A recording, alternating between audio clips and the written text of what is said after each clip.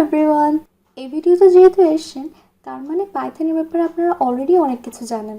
তারপরেও যদি কারো কোথাও কোনো সমস্যা থেকে থাকে তাহলে আমাদের চ্যানেলে পাইথনের পার্ট বাই পার্ট টিউটোরিয়াল রয়েছে। আমি লিঙ্কগুলো ডিসক্রিপশন বক্সে দিয়ে দিব, আপনারা চাইলে দেখে আসতে পারেন। তো এখন কথা হচ্ছে ম্যাথমেটিক্যাল অপারেটরস নিয়ে। ট্রাস্ট মি, পাইথনে ম্যাথমেটিক্যাল অপারেটরস অনেক বেশি সিম্পল। ফর এক্সাম্পল, আমরা যদি দুইটা নাম্বার যোগ করতে চাই তাহলে আমরা অ্যাডিশন অপারেটরটা ইউজ করব। যেমন 5 + 5, এটা 10 আউটপুট দিচ্ছে। হলো না সিম্পল? তো এখন দেখেন, যদি আমরা সাবট্র্যাক্ট করতে চাই তো আমরা এই সাবট্রাকশন অপারেটরটা ইউজ করব। 5 - 5 0।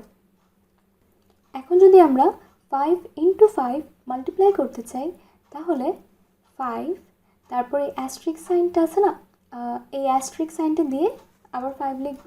5 × 5, এই অ্যাস্ট্রিক মানে হচ্ছে কি মাল্টিপ্লিকেশন। তারপর আমরা এন্টার দেব, দেখেন 25 প্রিন্ট হচ্ছে।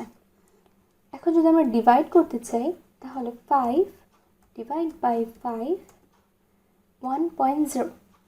এই যে এই ব্যাকস্ল্যাশটা হচ্ছে ডিভিশন সাইন। এখন একটা জিনিস দেখেন, এখানে কিন্তু আমরা ডেসিমালে নাম্বার পাচ্ছি। এই জিনিসটা আরেকটু ক্লিয়ারলি বোঝানোর জন্য আমি অন্য একটা নাম্বার নিচ্ছি। For example 20 / 3। অ্যান্সারটা দেখেন, অনেক বড় একটা ডেসিমাল ভ্যালু আসছে। এখন সাপোজ আমরা এই ডেসিমাল ভ্যালু চাই না, আমরা শুধু এই হোল নাম্বারটা চাই। তাহলে আমরা কি করব? তাহলে হচ্ছে কি আমরা 20 লেখার পরে দুইবার ব্যাকস্ল্যাশ দিব। তারপর হচ্ছে কি আমরা 3 লিখব। তারপর আমরা এন্টার দেব। এখন দেখেন, এখন শুধু হোল নাম্বারটা এক্সট্র্যাক্ট হয়েছে। এটাকে কোশেন্টও বলে। আর এই ডিভিশনের সিস্টেমটাকে ফ্লোর ডিভিশনও বলে। এখন আমরা আরেকটা নতুন জিনিস শিখব, সেটা হচ্ছে গিয়ে মডিউলাস সাইনের ব্যবহার। মডিউলাস সাইনটা কি?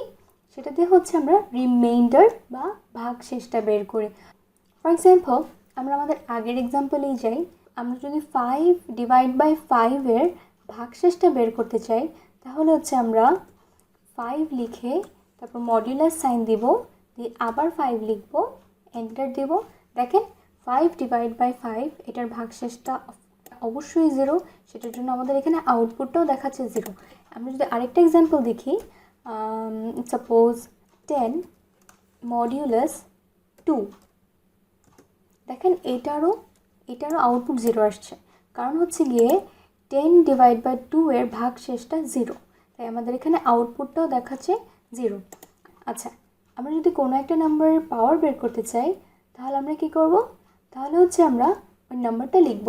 ফর এক্সাম্পল 5, তারপর হচ্ছে 2বার অ্যাস্ট্রিক্স সাইন দিব। একবার অ্যাস্ট্রিক্স দেওয়া মানে কিন্তু মাল্টিপ্লিকেশন, তো 2বার অ্যাস্ট্রিক্স সাইন দিব, দিয়ে হচ্ছে আমরা যত পাওয়ার বের করতে চাই ওই পাওয়ারটা লিখব। ফর এক্সাম্পল, আমি 5 স্কোয়ারের ভ্যালু প্রিন্ট করতে চাই, তো আমি কী করব? আমি এখানে 2 দেব, দিয়ে তারপর এন্টার দিব। দেখেন 5 স্কোয়ার কিন্তু 25, তো এখানে 25 প্রিন্ট করে দেখাচ্ছে। এখন সাপোজ আমরা 6 স্কোয়ারের ভ্যালু প্রিন্ট করতে চাই, তো আমরা এখন কি করব? এখানে 6 লিখে 2বার অ্যাস্ট্রিক্স দিব, তারপর এখানে 2 লিখব, তারপর হচ্ছে এন্টার দিব। দেখেন 36 প্রিন্ট হচ্ছে। এখন যদি আমরা 9 স্কোয়ারের ভ্যালু প্রিন্ট করতে চাই তাহলে আমরা কি করব? আমরা এখানে 9 লিখে তারপরে 2বার অ্যাস্ট্রিক্স দিব, তারপর হচ্ছে কি এখানে 2 লিখব, তারপর এন্টার দিব। দেখেন এখানে 81 প্রিন্ট হচ্ছে। আপনারা সবাই জানেন 9 স্কোয়ারের ভ্যালু হচ্ছে 81।